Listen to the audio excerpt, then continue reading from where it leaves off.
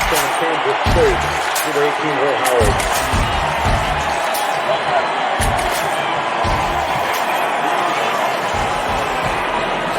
The whole Sunday crew is back together once again after a hiatus last week. Mason Voth, KSO fan, and Drew Galloway here with you from K-StateOnline, ready to bring another exciting edition of the KSO Show. This one is going to have it all.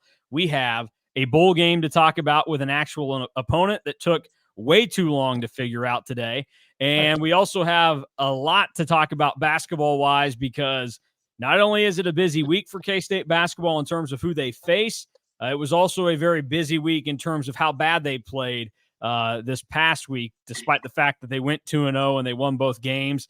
Never apologize for winning, no matter how it happens, but you should at least start to think about what you should do differently next time. You know, it's like, I was 10 years old. I hit my brother.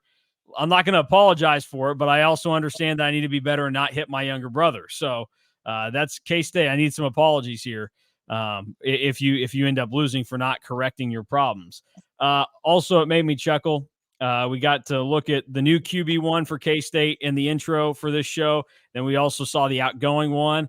I will forever just get immediate joy from hearing the KUPA guy have to go, touchdown, Will Howard. I love it. I love it so much. I love that happening. And the 2-point conversion is correct.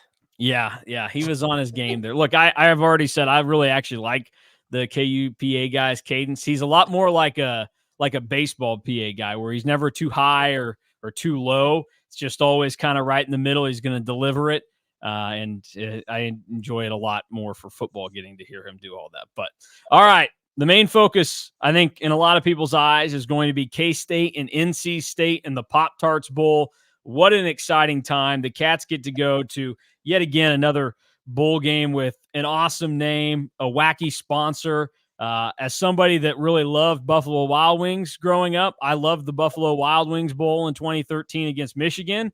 And although the opponent is not as great as Michigan, I also love the Pop-Tarts Bowl against NC State. I plan on buying all of the crappiest looking Pop-Tarts Bowl merch that is out there this entire month. It's going to be awesome. It's going to be hideous, but that's what bowl shirts and merchandise is supposed to be. It's supposed to be beautifully ugly, and I think we're going to get that. So that is the K-State approach that I'm taking from this.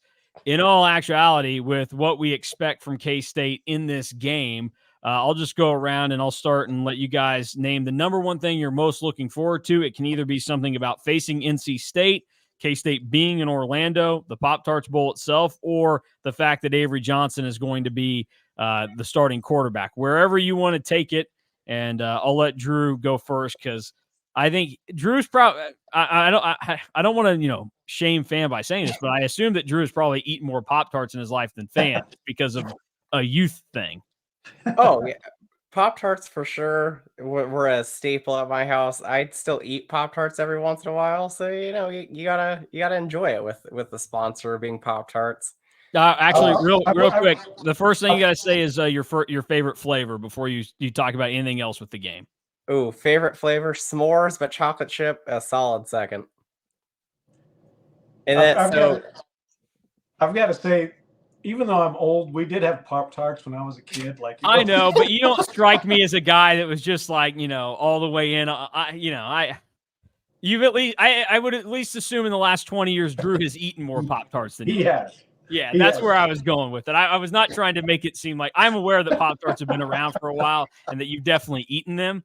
But yes, I think Drew's probably eaten more in the last 20 years. That's pretty ageist to start the show here. Yes.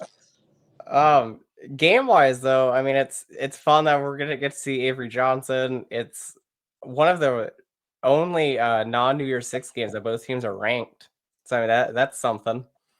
And it's the Richard Linton Bowl. Oh, good point. Yeah, I would agree with the most exciting thing to me is seeing Avery Johnson have full control of the offense, simply because there's nobody else to play quarterback, but also because he is going to be the quarterback, and we're going to see a game plan designed around him probably for the first time, and how Klein does that will be interesting to see. Also, I I want to see a defense that doesn't give up 5 60-yard touchdowns, and I'm hopeful that will happen. I will say Iowa State did finish number 1 in the country in explosiveness, according to collegefootballdata.com. So they did have an explosive offense. NC State is number 109, so I feel a little bit better about not giving up a bunch of 60-yard plays to the Wolfpack. Yeah, I would also hope that we don't see a bunch of big plays in that game. I'd like to at least end the season on a positive note for K-State's defense, and I don't say negative things about them the rest of my life, because it would absolutely happen if they have that performance against Iowa State and then they get toasted against NC State to end the year. Fan, what is your favorite Pop-Tart flavor? I always liked strawberry. Put it in the toaster, and then on the bottom you put butter while it's still hot and let the butter melt. So I can't do toaster. That was my favorite. I liked hot. I hear people all the time talk about butter on a Pop-Tart. It's never one of those things that I've ever done or like even thought about or knew was a thing until like I got older and I heard other people talking about it. I'm with you. I always toast my Pop-Tarts when I have them. I would say s'mores is the number one there. That's probably the one that I like the most growing up. But like the classic look of like the strawberry, that's always a good one. That's a pretty safe bet. So I would say that's probably the one that I had the most of growing up. That or like the cinnamon brown sugar. My brothers just absolutely love those. I think they're pretty bland and they're whatever. They're not bad, but nothing great. And my one question is, no disrespect to our sponsor, but how often was it off-brand Pop-Tart to actual Pop-Tart in your household? Oh, it was 0% off-brand. It was always real Pop-Tart. No, we never had always real Pop-Tarts for me too. Yeah. But it also, I will say this, it was rare, like growing up, that we had Pop-Tarts in the house consistently, because my mom did not like how often we would choose that over like a different breakfast option. So if the Pop-Tarts were in the house, they went fast between my brothers and I. They were rarely there. And then I don't know, I got to an age and I was off at college and I'd come back and just the pantry was full of different snacks and stuff that we never had when I was growing up.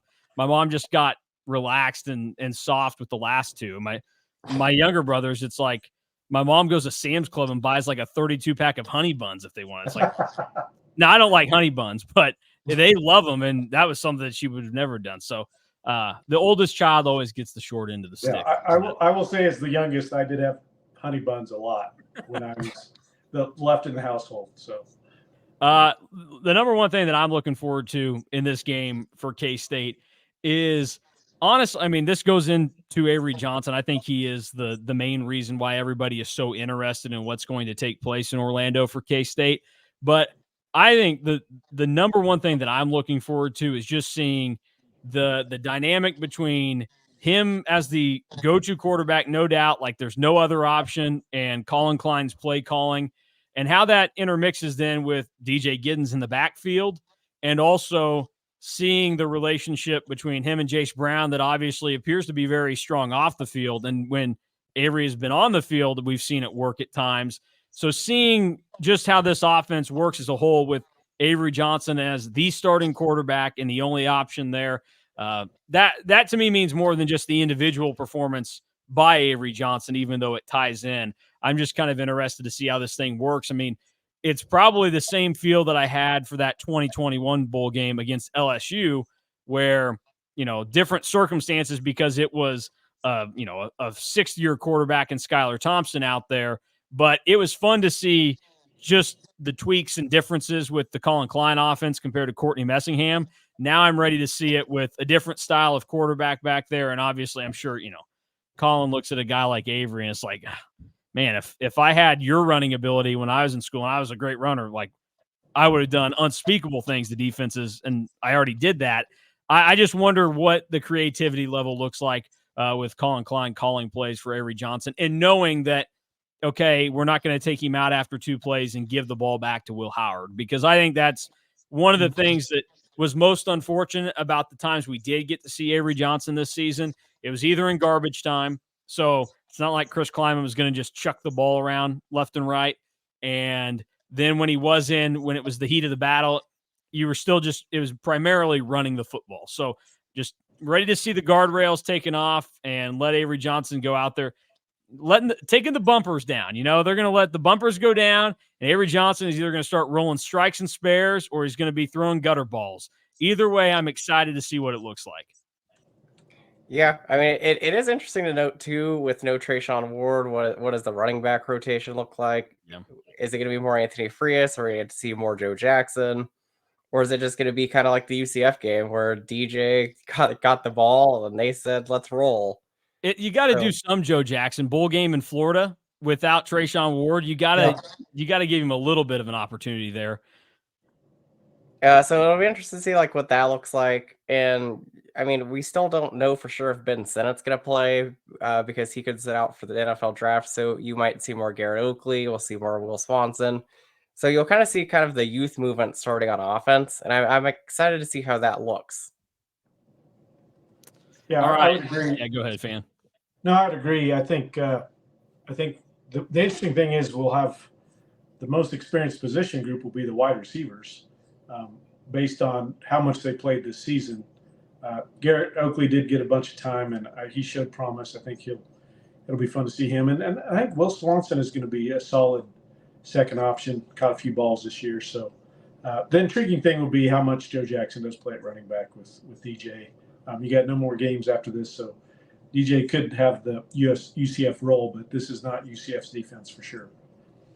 Well, speaking of what NC State is and isn't, you already talked about NC State not as explosive as Iowa State. What are some of the other things that stand out matchup-wise that K-State is going to get in NC State? Because I know you've kind of dove into this with both NC State and, if it was going to be Notre Dame or whoever else. But what should we expect in the Wolfpack that went 9-3 and what was the worst Power 5 conference this year in the ACC? But 9-3 is 9-3. Yeah, their rank in the metrics is 34.5. So they're mid-30s in the metrics, which is about like Iowa State. Similar to Iowa State, they're really strong on defense. Their offense is more poor, although Iowa State has a better offense. Their defense in most of the metrics is in the top 15, so they do have a pretty good defense. Interesting thing is, they don't have a lot of transfers so far. Their fourth best receiver and their seventh best receiver are out for sure. No real big losses on defense. So they haven't lost a lot as far as the transfer portal goes so far. Not a very explosive offense. Defense is really good, although their weakness on defense is in the pass game. Not as strong there. So there's some things K-State can exploit. ACC, I think, is a mixed bag as far as quarterback run game. So I'm sure we're going to, the balance is how much do you run Avery Johnson with no one behind him. But I think we've seen Colin Klein before play quarterback run game, even though we weren't maybe in the best position depth-wise at that spot. So I think it's something we could exploit against this team, probably because they don't see it as much. But it'll be interesting to see what that looks like going into this game. Well, and looking at NC State, I mean, they themselves will be playing a quarterback that, historically has liked to run the ball a good amount in Brennan Armstrong and what he's done. Yeah. And I mean, he's had over 120 carries the last 2 seasons, and that even includes this year missing time with a chunk of the season. So, where should K-State focus defensively, I guess? Because that's probably where people are most concerned with what they saw in the final timeout against Iowa State. And obviously Iowa State, they ran all over the place, a team that hadn't ran the ball well all season. Yeah, Brendan Armstrong is their leading rusher at 544 yards. Their second leading rusher is actually a receiver, Kevin Concepcion, with 297 yards. They have 2 running backs that ran for 289 and 269 yards respectively. One averaged 4.8 yards per carry. One averaged 2.9 yards per carry, but had 8 touchdowns. So he must be their red zone guy. Delbert Mims and Kendrick Raphael are those 2 guys.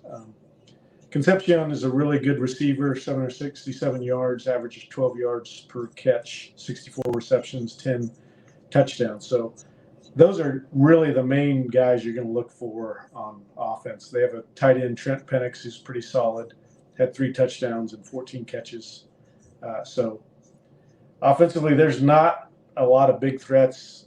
I think Brennan Armstrong is the main guy, through 11 touchdowns and 6 interceptions. So not a dynamic offensive threat, probably more dynamic running the ball than throwing the ball. So it should be hopefully an offense where the K-State defense can get healthy. So we'll have to see. But, it's going to be a matter of obviously stopping quarterback running game and then a pretty limited running back group. Yeah, NC State against Power 5 competition this year, they only scored 30 points 2 times, and it was the last 2 games that they played against Virginia Tech and North Carolina. And Virginia Tech was not very good this year. And North Carolina, they love to disappoint at the end of the year, and their defense is pretty bad. So I think, you're at least going into this K-State. I think you look at it and say, we know that when we play at our best, we should feel like it is a superior level to NC State, and K-State will be better equipped to handle, I think, honestly, any type of game that breaks out here because they've been involved in both of them. And certainly if points are being scored, I think that puts K-State in a really good spot because I just don't know that NC State's going to have enough to kind of keep up with it and understand what kind of situation they're in. Drew, what do you make of NC State? NC State's just kind of a weird team. Like you look at their stats, and Concepcion also has 64 catches. The next leading receiver catch-wise only has 28. Yep. Like he is pretty much their offense with Brennan Armstrong, and this has kind of been a thing with Brennan Armstrong his entire career. He will make plays, but he also likes to give the ball away a lot. Like this year, he has 6 interceptions and has missed some time. So I mean, you add that in, and he's kind of giving the ball away at a pretty high rate. The offense for them though just is not very good. I'll just throw it out there. It's not great. It's stopping one guy, and then you try to see if anybody else can beat you. Yeah, I mean, look, there's obviously a reason why they're good, and they've had a nice season. They're the 18th ranked team in the country, but right now I'm having a tough time seeing where the success comes from, and it probably relies more heavily on the defense, and then also the fact that you've played some weak offensive teams in the ACC this year. So I'll defer back to Fan here. Defensively, what should K-State know about? Which I guess that's probably the most important thing in terms of like what the fan wants to see in this game, because they obviously want to see Avery Johnson go out there and just have another dynamite game. So what will he be looking at when he's behind center? Yeah, I mentioned earlier, their pass defense is actually better than their rush defense. Rush defense, most of their numbers are in the top 30 nationally. They're 34th in yards per carry allowed, 34th in run success, 30th in run success rate allowed. So they have some solid but not dominant rushing numbers. Pass defense is a little bit better in most categories, maybe top 20, 25. But pass success rate is only 47. So they've given up some success in the passing game. As far as players, Peyton Wilson is a really good linebacker. He's maybe one of the best linebackers K-State will see this year. 138 tackles on the year, 17.5 tackles for loss, 6 sacks, 3 interceptions, 1 forced fumble. So he's a really good player. They've got some other guys. Aiden White's a cornerback that had 9 passes defended and 2 interceptions this year. Defensive end, Rhett Hibbler's pretty solid, 6.5 sacks. So he's a pretty good guy. Davin Van is another defensive end with 5.5 sacks. So they've got some guys that can make some plays. But like you said, some of those ACC offenses aren't the greatest. Probably the best offense they played this year was Notre Dame and North Carolina. Although North Carolina, I don't know how much they played that well in that final game against them.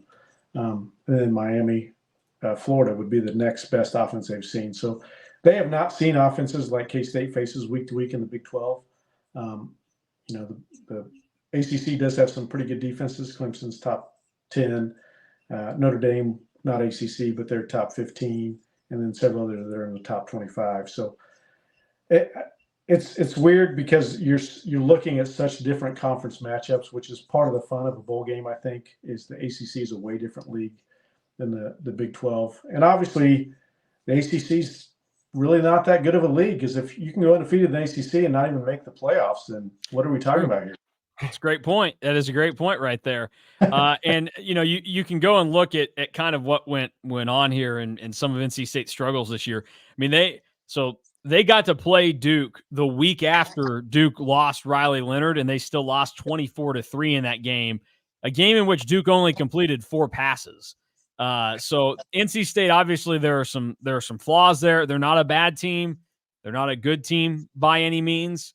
And I think this is honestly, like, in terms of what K-State might be able to do to somebody, this isn't a horrible matchup for them.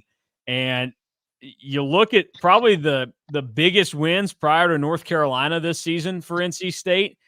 It came without Brennan Armstrong playing quarterback. They beat Miami and Clemson with MJ Morris, who was a sophomore, and he hit the transfer portal. He's out of there. So it's been Brennan Armstrong who's been back and has led them to this 5-game winning streak. But probably the most dangerous and highest level of competition they played to win games this year, it came with a different guy at quarterback. And you look at some of those games too. Like, I was just glancing over the Clemson game. Cade Klubnik threw 2 interceptions in that game, and one of them was a pick 6. And NC State won it 24-17. So I think that just highlights a lot of where the flaws are and what went down with NC State's season. I don't think there's some insurmountable opponent. Obviously, in terms of like K-State winning a game, this is a better opponent than probably Notre Dame was. It's less fun from the immediate appeal, but you have a chance to go down to Orlando, win a 9th game, and do it by beating a top 25 team. No reason to shy away from that, no matter who it ends up being. Any other thoughts on NC State, as K-State now has 25 days until the Pop-Tarts Bowl? Now, I'll throw out a kind of a wacky stat, because you brought that up about Miami, and I was kind of just glancing through their box scores too. And this win streak that NC State has had, they've forced the opposing quarterback to throw at least 1 interception in every single game. Well, so they seem to be pretty good at turning the ball over, but I think it means something that even with Will Howard and Trayshawn Ward in the transfer portal, the early line for this game is K-State still favored by 9. So it seems like a game that K-State could potentially handle, especially with NC State's lack of explosiveness on offense.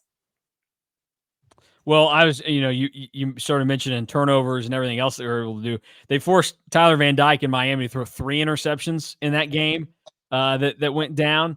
And so, number one, that's another just one of those highlights that's like, look, even the good teams they played, they're not all that great. But I do think the interception thing is notable, that they've been able to force it against the better teams that they've played, because, I mean, the concern would be with a true freshman quarterback that is now just going to be, the chains are off. He is totally out there on his own merit. Like, you would anticipate that some mistakes and some bad throws are made, even if Avery Johnson does play a good game.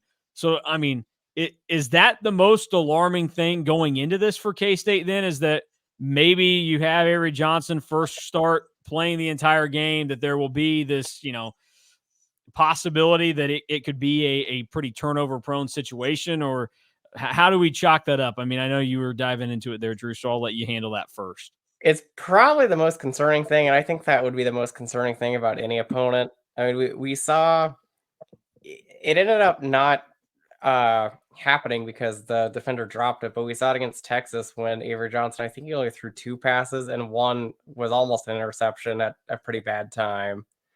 So, I mean, it's a concern, but I think that's more of just like, it's a true freshman quarterback making his first start as a quarterback, second total start.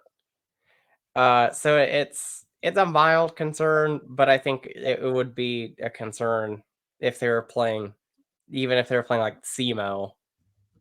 Yeah. I guess that's probably fair. Yeah, NC State is third in the country in turnovers or interceptions this year with 17. So, and number one is Liberty, so I don't really count them because of the schedule they played. So, Yeah. right behind Oklahoma. But the committee rewarded them, for going undefeated against a bad schedule. Not Florida State though. I was about to say SMU didn't beat a soul either. So that's true. But it was a little tougher to beat Tulane than whoever. I don't even know who they played in the whatever conference championship. You're disrespecting the Fighting Jerry Kills like that. Yes, I am because they played nobody either. 10-win New Mexico State that beat the crap out of Auburn. Yeah, I am going to discredit them. Sorry about that to everybody out there. Yeah, Liberty still beat more teams with a winning record than SMU. I guess that's fair. I mean, you got me. I guess I'm just saying. At least SMU played some Big 12 teams in the non-con. They battled. It's true. Did they? It's true. I'm going through right now real quick to try and take a quick peek at something with the ACC schools to just highlight what their situation is this year because, we start talking about K-State being favored by 9 against a team that finished in third place in the ACC. And it kind of started getting me going like, okay, what is the situation here? And like, just how bad is this league? Like, what are we looking at? I'm almost done with this research, but I think Clemson and Syracuse were the only ACC teams favored in their bowl matchups early. These are from the lines that the Action Network puts out, which obviously they know what they're doing in terms of the betting space. It just highlights that this was not a very good league. I mean, they had more bowl eligible teams than any other conference this season, but it's because they were all just so meh. Here are the ACC bowl lines. Florida State is a 12-point dog to Georgia. I don't think anybody's going to have an issue with that. Well, some are really upset at Florida State's outlook. I'm upset because maybe they deserved it, and maybe I would have loved to have seen the SEC get screwed, but it was the correct decision. We'll dive into that later. Clemson is a 7.5-point favorite against Kentucky. NC State +9 against K-State. Boston College, they are a 14-point underdog to SMU. So speaking of my Mustangs, who you guys were trying to trash a moment ago, please stop with that. Louisville is a slight underdog to a Caleb Williams-less USC. Georgia Tech, 5.5-point dog against K-State's second best win of the season, Troy, this year. And then Duke is almost a touchdown underdog against UCF, Big 12 friend. And then Syracuse, as I mentioned, they are the only other favored ACC team. They are a 5-point favorite over South Florida. So there is the ACC bowl schedule for you. And that is to give a broader idea of just how bad and how lowly thought of the ACC is this season. UCF's line not being higher is a little surprising without Riley Leonard. Yeah, I don't know. Maybe John Rice Plumlee's opting out. Maybe he's thinking he's going to go round 1. It's a joke for anybody that doesn't blatantly understand that's a joke. I don't want anybody to go, well, I heard this one guy say that he could be no, I think that's early impression, I think K-State does win this game. It's hard for me though in Avery Johnson's first start and losing some guys to really know which way it goes in terms of the margin of victory. Like I could easily see K-State winning this game by 2-3 scores, but I could also see it having to be like a dog fight with Navy in the Liberty Bowl. But I do think K-State comes out on top this time, regardless of whatever the situation may be. So I'll throw that on you guys now. Early prediction for this game. We'll do a better one as we get closer to the game. But as of right now, where is the gut leaning? I'm going to go. I think K-State by double digits. I'd say 10 to 14 points. I do think we're the better team, even if NC State has most of their players. I do think the biggest concern is interceptions. And Avery Johnson making that mistake. NC State has interceptions in all but one game. They're only game without an interception was against Notre Dame. So they're good at forcing those. So that may be a big part of this game. But I do think, a key will be, can K-State run the ball? What does offensive line look like? I do think we haven't talked about this yet, but I think probably Cooper Beebe plays, but maybe Ben Sinnott does not. I think that as a factor, I think K-State can make up for not having Ben Sinnott, especially with Avery Johnson, because it's not like his security blanket seemed to be Jace Brown, where Will Howard's was Ben Sinnott all year. So that changes the dynamic a little bit. But I think K-State's a better team. I think this is a game we should win. And then the other option you don't know about is motivation. I do think K-State would have been more motivated to play Notre Dame than NC State. But hopefully by the time we get to that game in Orlando, that most of our guys are wanting to play, because I think we saw guys not want to play against Iowa State. I think the same thing. I think if you just think about how that game played out and how it went, I think the offense, for the most part, I think they did want that game. I mean, obviously Will Howard did, because he knew going into that would be his last game at K-State. He did not want it to end like that, because he would know, pardon the language, he would know what kind of shitstorm that would bring for him if they lost that game. And obviously Ben Sinnott is not going to half-ass a game that means a lot to his best friend on the team that he's already, spoken up for. And I think the offense, I don't have any faults for how they played in terms of the effort department in the game against Iowa State. The defense, it felt like a bunch of guys that went into that thinking, okay, we've kind of got this in the bag against them. The offense is going to be able to kind of control whatever. And it was a total nothing from them. So if anything, that should motivate the guys from the defense that are left to step up. I also, I'm with you. Obviously, Notre Dame would get these guys more fired up to play than anybody else. But if you think about how many guys playing in this game are for sure going to be here next year, and how many of them are going to now have even bigger roles in this game than what they would have had, Will Howard still been around, or, thinking about if Ben Sinnott does decide to opt out of the bowl game, then you've got more guys that are out there contributing, that this is the springboard to next year. They'll feel like this is their time. They want to take over and go out and do something. And so I think the motivation will be there for them in that realm. And so it probably just comes back to the defense. Like, how much is the defense going to want it? What are they going to look like out there and how they do it? Because I think the offense will have it. And I think it's going to be exciting to see how the guys in the mix looks differently with Avery Johnson at quarterback than Will Howard. And, that's no fault to Will Howard, and it's not a shot at Will Howard, but I think this is the right thing for K-State to be able to have, okay, Will Howard's in the past, it's Avery Johnson time, and let everybody get comfortable and have a dress rehearsal for the roles that they are going to have next season.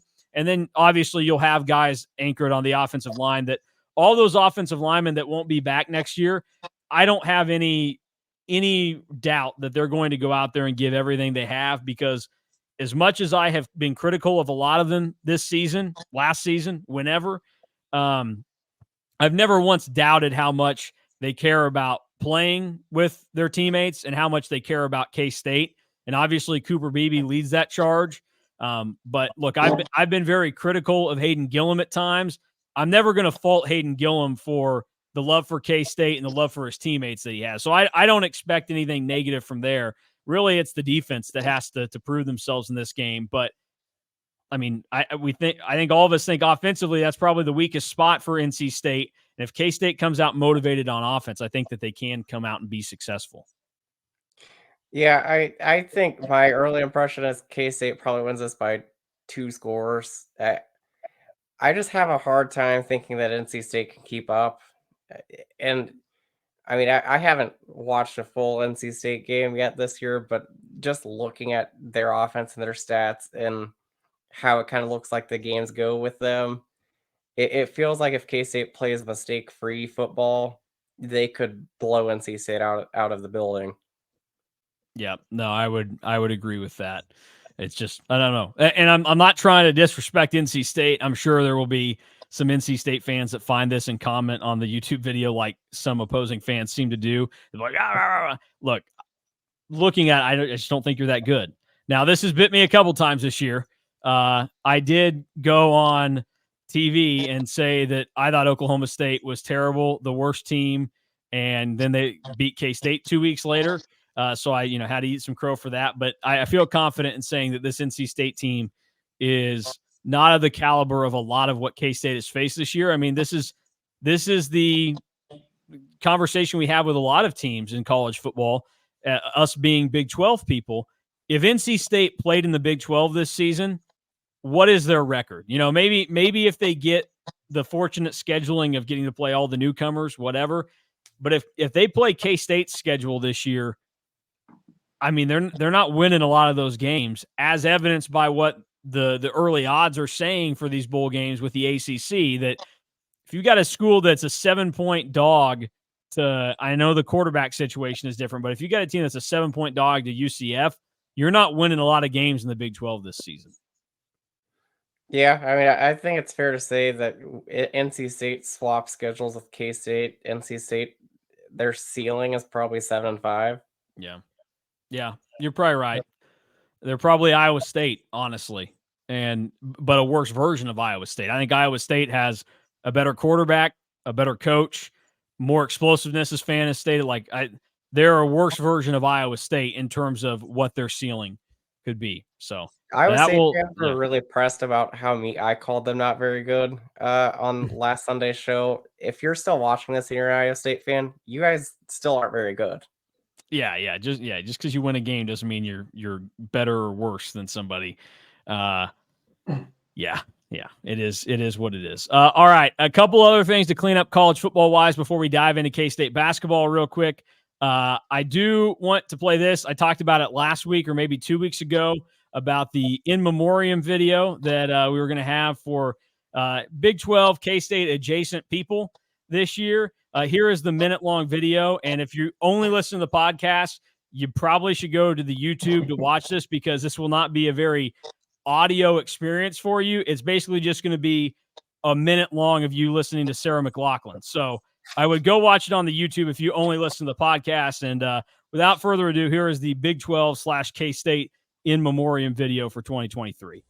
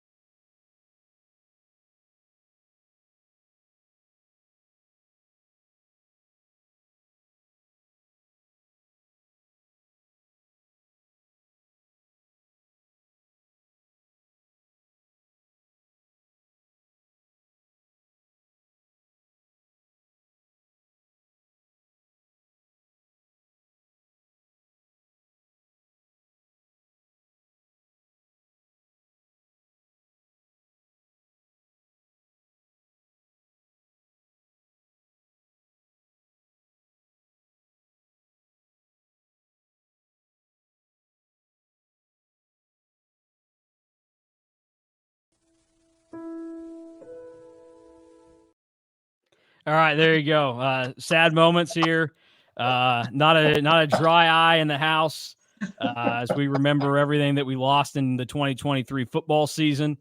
So there you have it. Lost a lot of greats in there. Big 12 preseason offensive player of the year, Jalen Daniels. We never saw him after week 4. We did. We saw him on the sideline for a game, and then he was gone, and then he dressed for a game, and then he was gone again. So that's, tough. Bevo, we're never going to see him in Big 12 country again. Good riddance to that big ox. And a lot of other greats lost in that process. Also, UTEP must do a weird hand signal thing that, they do this for like a U or something, because every picture I found of Dana Dimmel at UTEP, he's doing this. And I was like, you see it hitting like the shaka bra? No, I think that's a weird UTEP thing.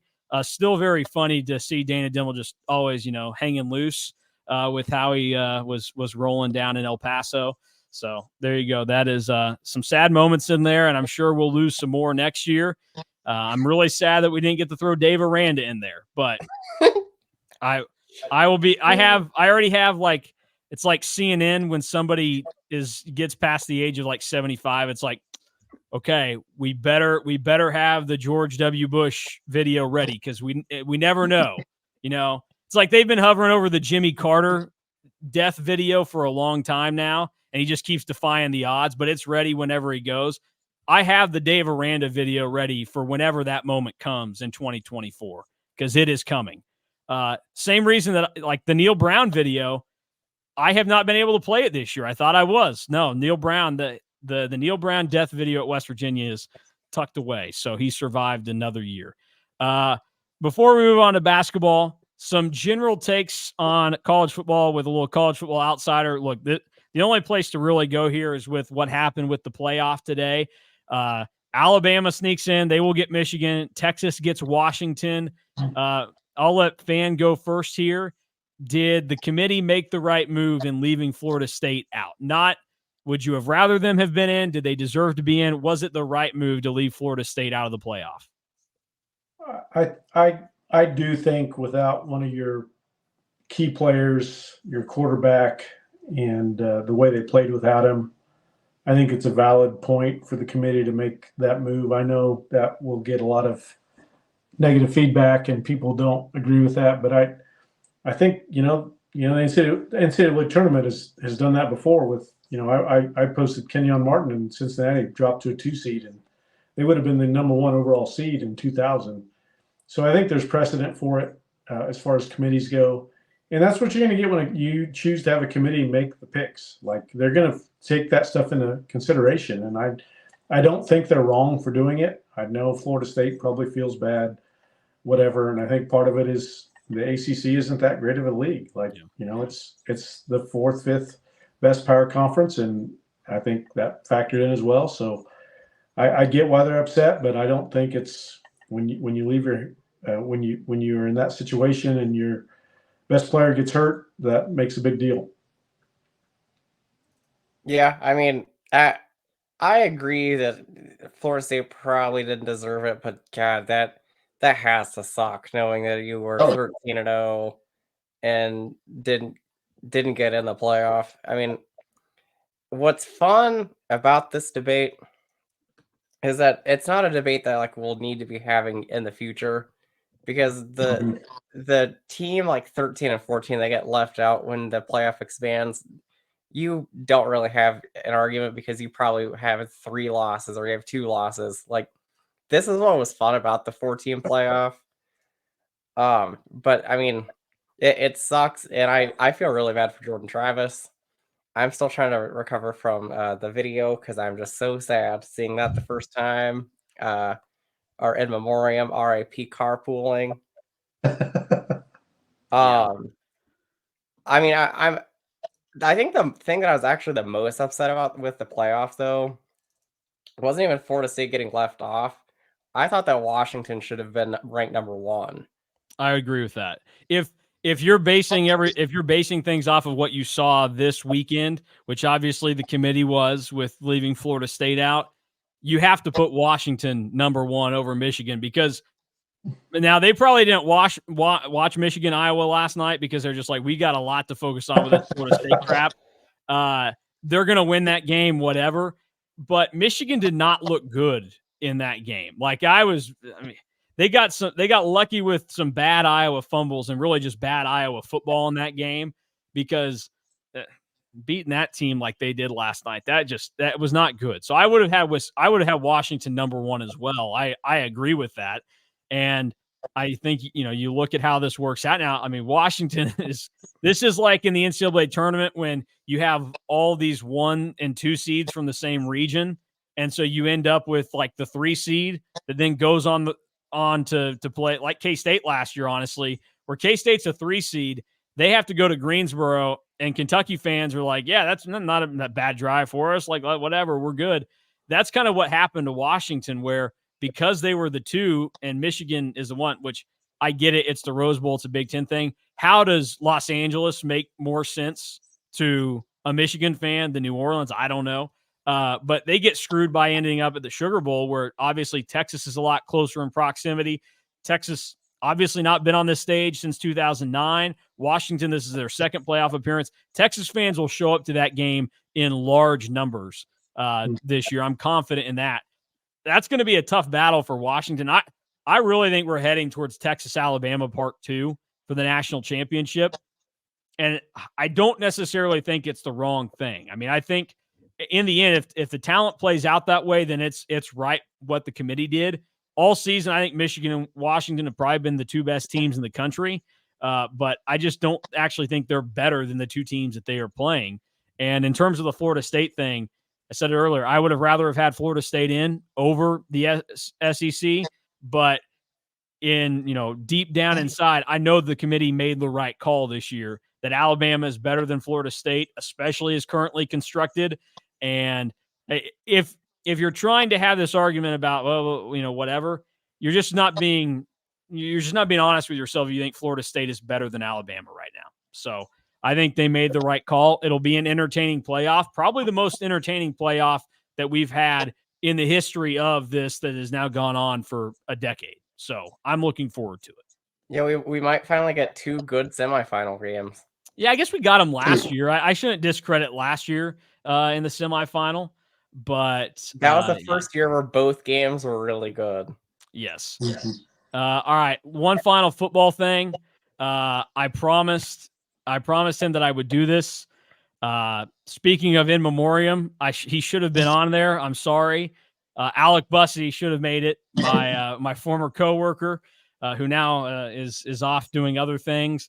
We made a bet this year at some point. I told him that Texas is going to Texas. They aren't going to win the Big 12. I think I may have even said that Texas wouldn't make it to the Big 12 title game. And here they are in the playoff. So I have to pay this off by reading a statement that he prepared for me as a punishment. So I will do that right now, right here.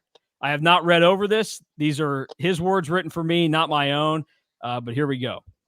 Ladies and gentlemen, today I come to you all with an announcement, and that announcement is twofold. First, the eyes of Texas are once again upon us all.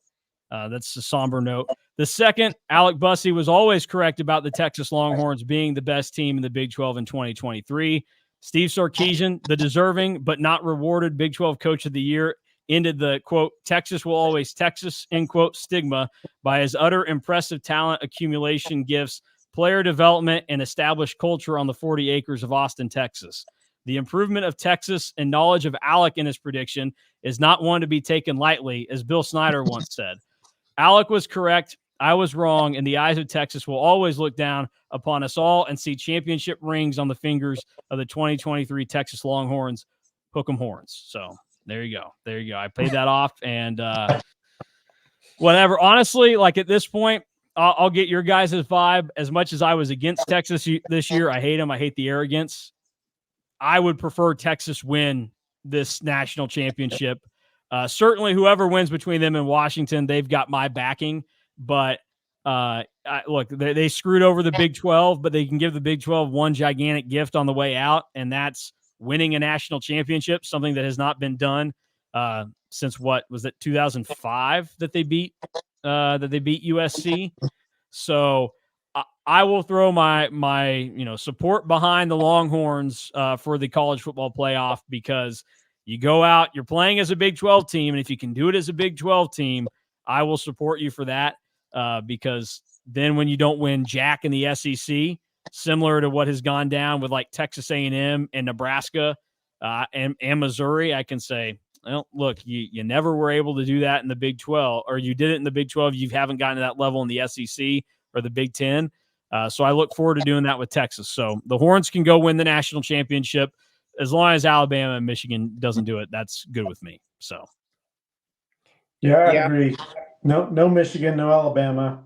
I could see myself rooting for Washington, but I'm going for the Big 12 in this one.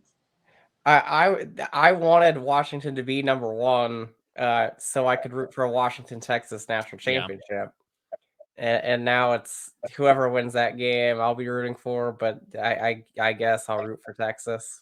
Woo. Yeah. All right. Let's move on to even less fun things than rooting for Texas and saying nice things about them. K-State basketball won games this week, but it was not pretty. It did not feel good. Well, I think if you're a real person, it didn't feel good. If you're currently brainwashed and all you want to do is positivity, and you can't say anything negative or critical about K-State basketball right now. You're probably still having a great week because you're like, those were 2 awesome games. Those were 2 really crappy games to watch, and they should not make you feel better about K-State basketball right now. K-State beats Oral Roberts in overtime, 88-78, and they turn around and play a disgusting game on Saturday. You would have thought they would have decided, hey, let's not do what we did earlier this week and lose to a bad team almost.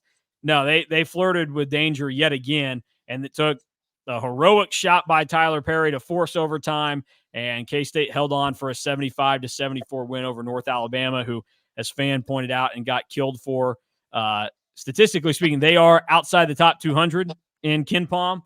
Is it time to worry about K-State basketball and where things sit at this point in time?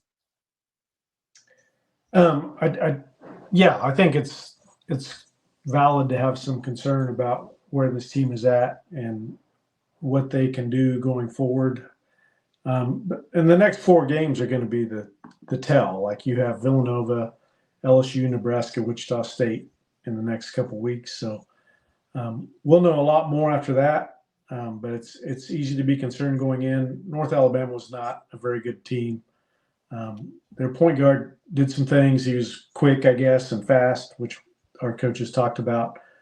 But that was a game K-State had no business going overtime with. Oral Roberts, probably the same, but I think Oral Roberts is a legit Summit League contender and could win that league. And the point guard was a guy that was on KU's campus for a couple weeks before transferring. So he kind of has some legit talent to him. The McBride kid was pretty good.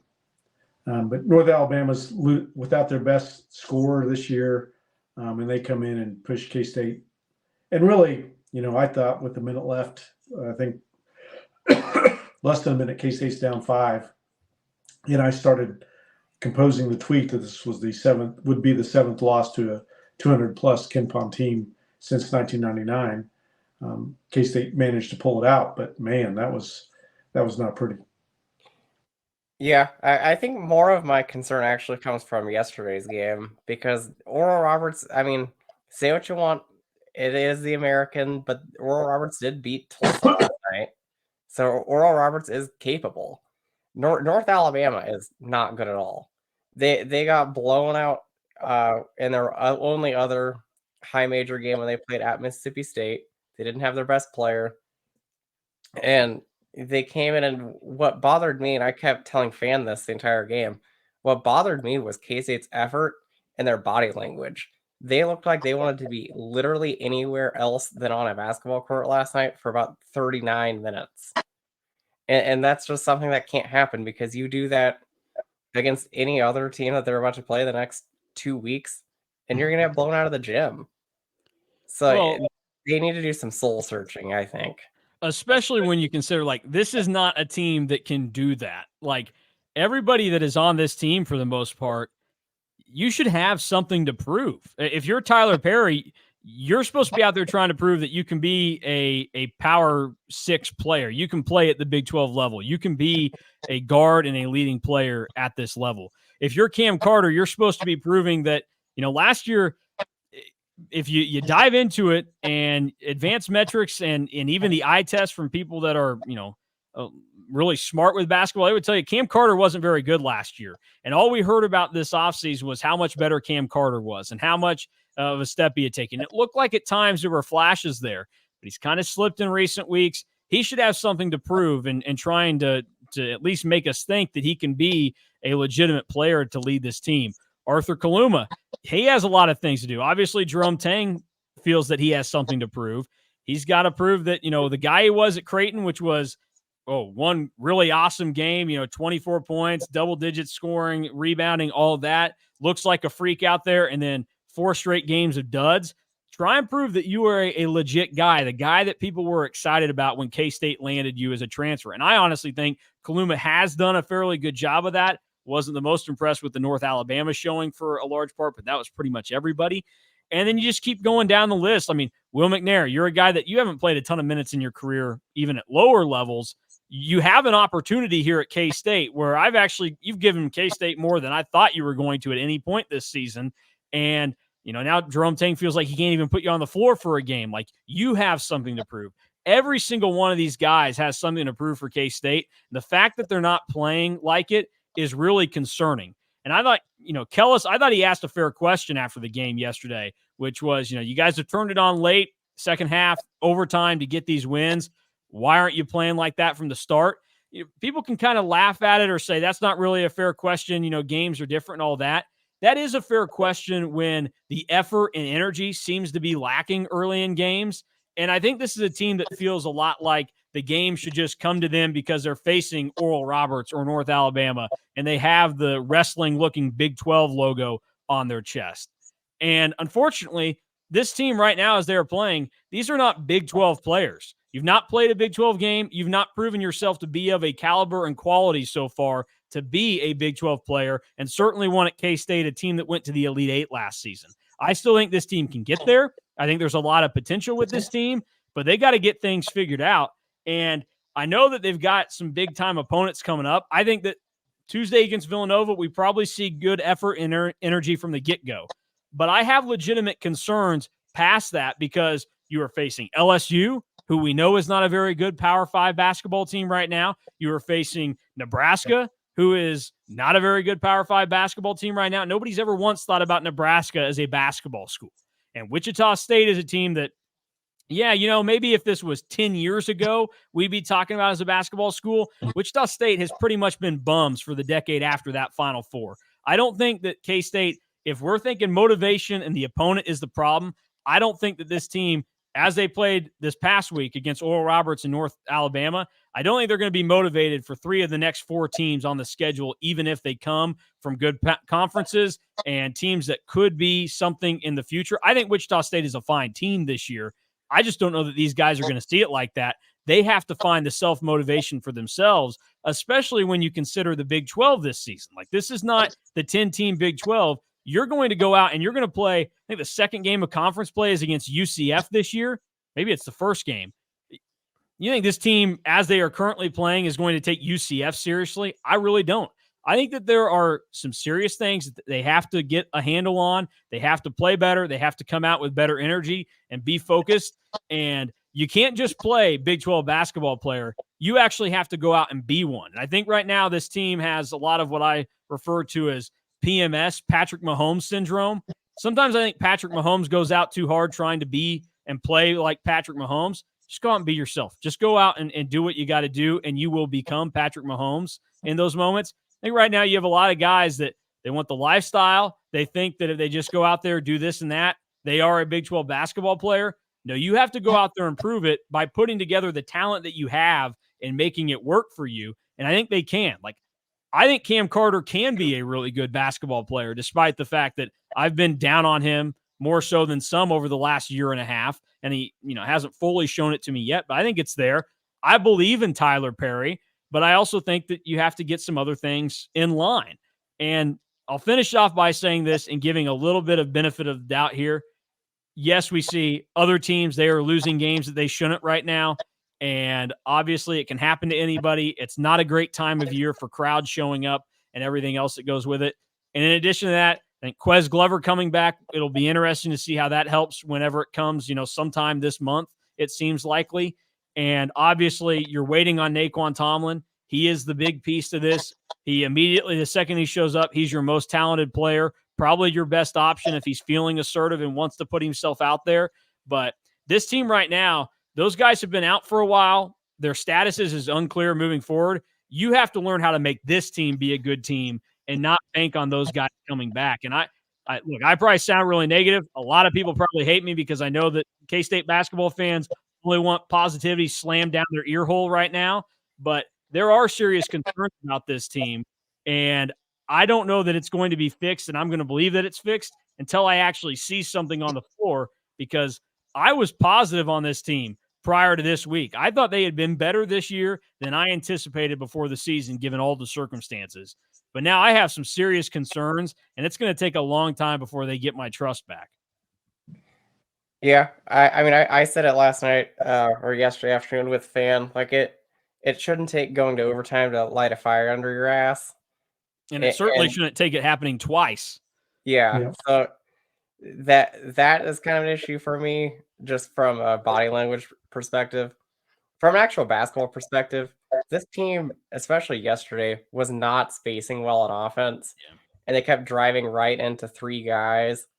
Somebody needs to, when they get open on a shot, to take the shot, not just drive in. Tyler Perry a few times passed up what would have been like a wide open step back jumper to just drive into the lane. At some point, you just got to take the shot because you're leading the defender into the basket. Yeah, I would say a couple things. Number one, even though the Big 12 probably 1 through 14 isn't as strong maybe as the past, you still have 9 teams that are currently top 35 of KenPom. So that's 13 of our games this year in league play. So that's going to be tough. You do have 3 that look pretty bad. UCF, Oklahoma State, West Virginia are all pretty bad teams. K-State has 5 games against those teams.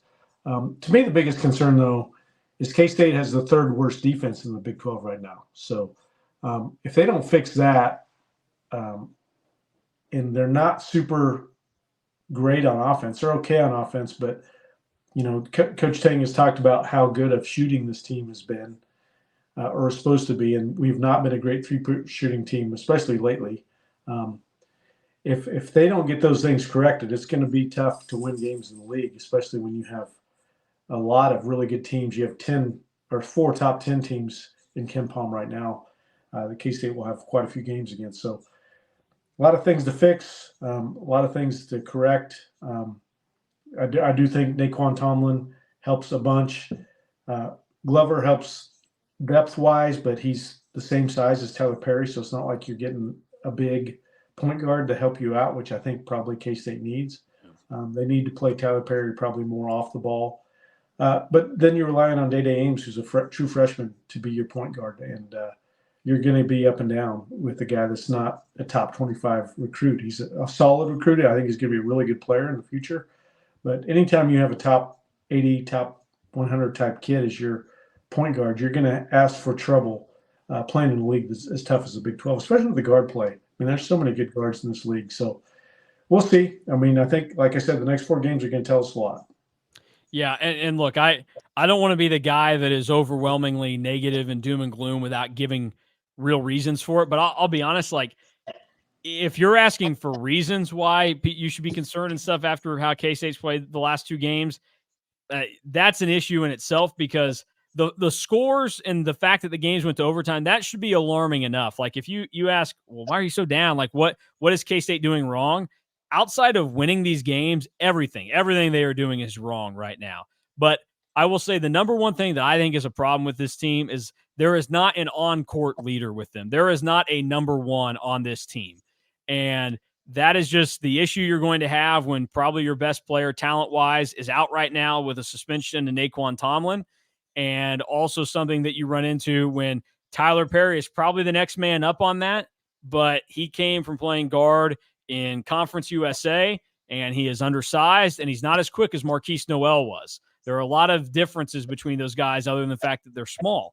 And so I think you lack an on-court number 1, and we see that a lot of times when things are starting to struggle, or even later in the game when the shot clock becomes a factor, there's not somebody that's there that knows how to step up in that moment. Like last night, the best opportunity for that was, Tyler Perry came through when it mattered, but there's really no time to think there, and it was pretty easy to know what you needed to do. Time was running out. You were down by 3. You needed a 3. Get it off when you get the chance. But we've seen a lot of other late in the shot clock possessions where nobody's taking command. You're struggling. And if you don't have that true on-court number 1, nobody can lead by example out there. And number 2, you just don't have that run stopper out there. And that's tough when you let a team start to stretch things out to 7, 8, 9 points. Like, it's scary thinking what's going to happen to this team when they go to Allen Fieldhouse this year, because good K-State teams have been eaten alive in that building by that run.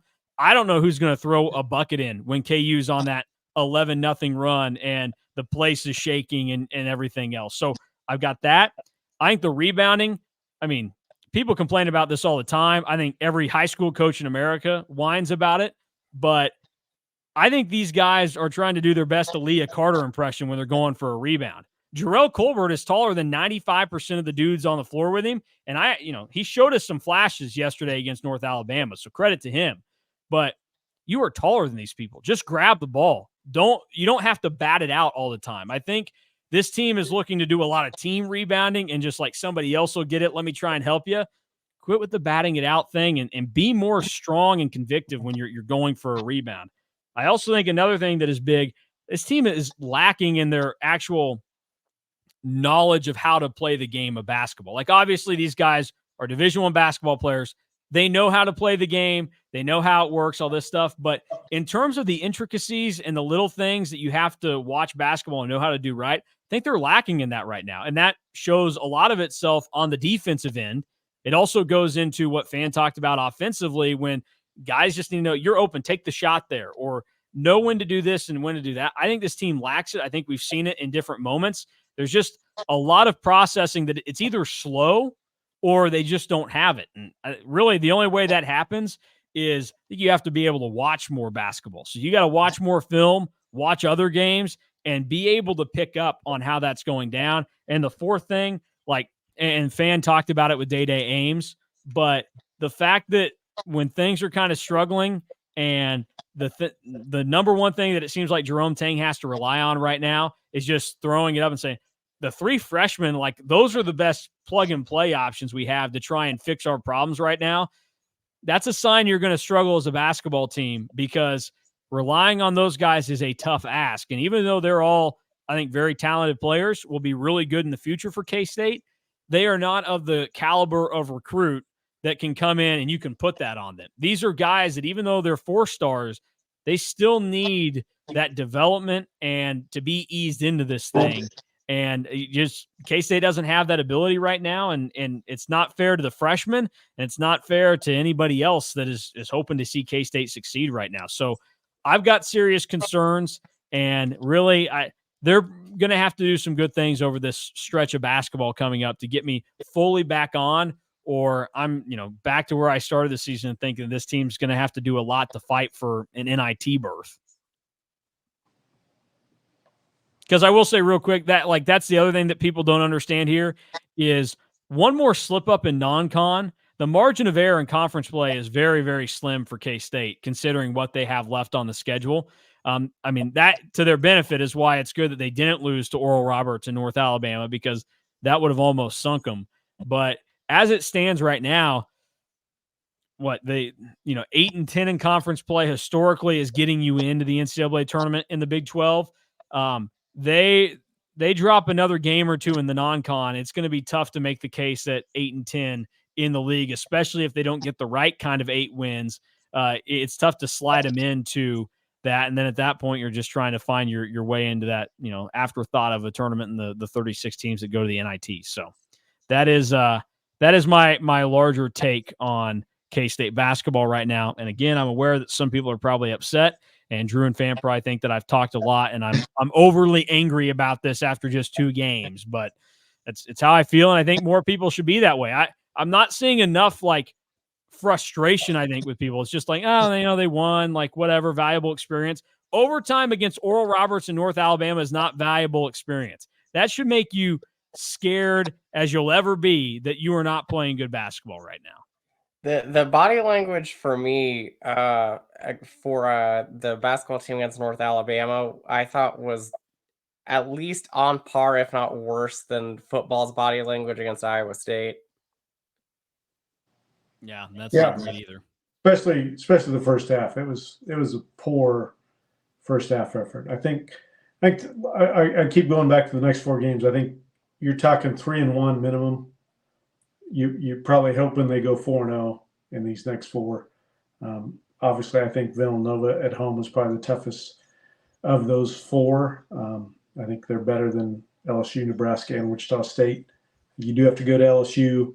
You never know about going on the road, especially for the first time for this team. They haven't been in a true road environment. So you'll find out quite a bit in that game. And then you get Nebraska and Bramlage and Wichita State and Kansas City. So those will be key games. I think we'll learn a lot Tuesday night, and we'll know a lot more because Villanova's got some tough losses to teams from Philadelphia that probably they shouldn't, and then they beat everybody else outside of Philadelphia somehow.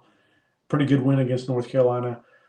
So they're definitely capable, but they're also capable of losing to pretty bad teams too. So we'll see what that looks like on Tuesday night. Yep, and Wichita State, I mean, they're 7-2 right now. Their losses, they lost today by 10 at Missouri, who has obviously had their struggles this year, and then they lost by almost 20 to Liberty, but Liberty's, not too bad. So just some things to keep in mind. And then LSU, people have probably seen, and and then we know Nebraska. I mean, it's Nebraska ball. It's not the most mind-blowing team that you're going to face in them. You should be able to handle it, and they got torched by almost 30 by Creighton at home today. So look, this is a big stretch for K-State. I'm back and forth. I don't really know what to expect on Tuesday against Villanova. I think the crowd will be good. I think it'll be a fun matchup. I do tend to lean towards thinking K-State does win that game. Being at home, Villanova has had their shortcomings. K-State is due for a game where these guys do play better in terms of shooting, because Jerome Tang is right on that as well. Like, they missed shots yesterday too that you would normally expect to go in, even if this isn't a great shooting team by any means.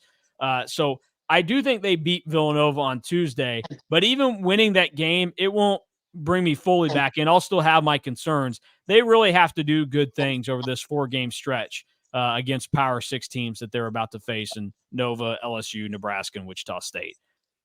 Well, I shouldn't say that. Wichita State's not a Power 6 team. I should not give Mike Oresco any thought that that's what I was suggesting there. I don't even think the American is even, a top 7 league at this point. So I don't know. Any other thoughts on basketball before we wind down and get out of here? All right. Well, K-State, Villanova on Tuesday. It is a big matchup for the Wildcats.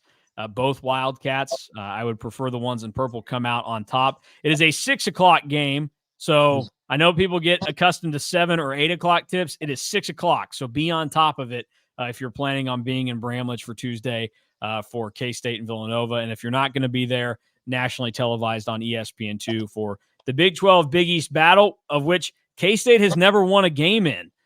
So they have that to look forward to. They lost twice to Marquette and then to Butler last year, and I will forever say that it is bogus that they just said, oh, yeah, that Marquette home game that was already on your schedule, that counts as this game. Should have given K-State another Big East opponent at home, but, whatever. So looking forward to it. It's a marquee opponent no matter what Villanova ends up doing this year. That is one of the new bloods, so seeing Villanova on the chest, it's just like watching Michigan in the Buffalo Wild Wings Bowl. Doesn't matter the version of the team. You're going to be able to sit there and go, holy crap, I'm watching K-State play Villanova right now. Be a fun time. We'll see if the Cats can bounce back and prove me wrong. I would love nothing more than for Jerome Tang and the players and all the fans that never hopped off the wagon to just throw this in my face 3 weeks from now when K-State's balling out. I just have my doubts that it happens at this point in time. But I want it to happen. I desperately want it to happen. So that will do it for us. For Drew Galloway, KSU_fan, I am Mason Voth. This has been the KSO Show. Derek Young and I back tomorrow on Monday. We'll have more reaction to K-State in the Pop-Tarts Bowl against NC State. I'm sure DY has some basketball thoughts as well. Maybe he's going to tell me that I'm being too negative. I think he was hinting at that during the middle of the week after the Oral Roberts game. And I was just like, not having it right now. I'm not feeling very good. So we'll have that for everybody, and then plenty of things throughout the week leading up to a couple of basketball games. And we'll start counting down the time to the trip to Orlando for K-State in the Pop-Tarts Bowl with NC State. So thank you for watching and listening to K-State Online.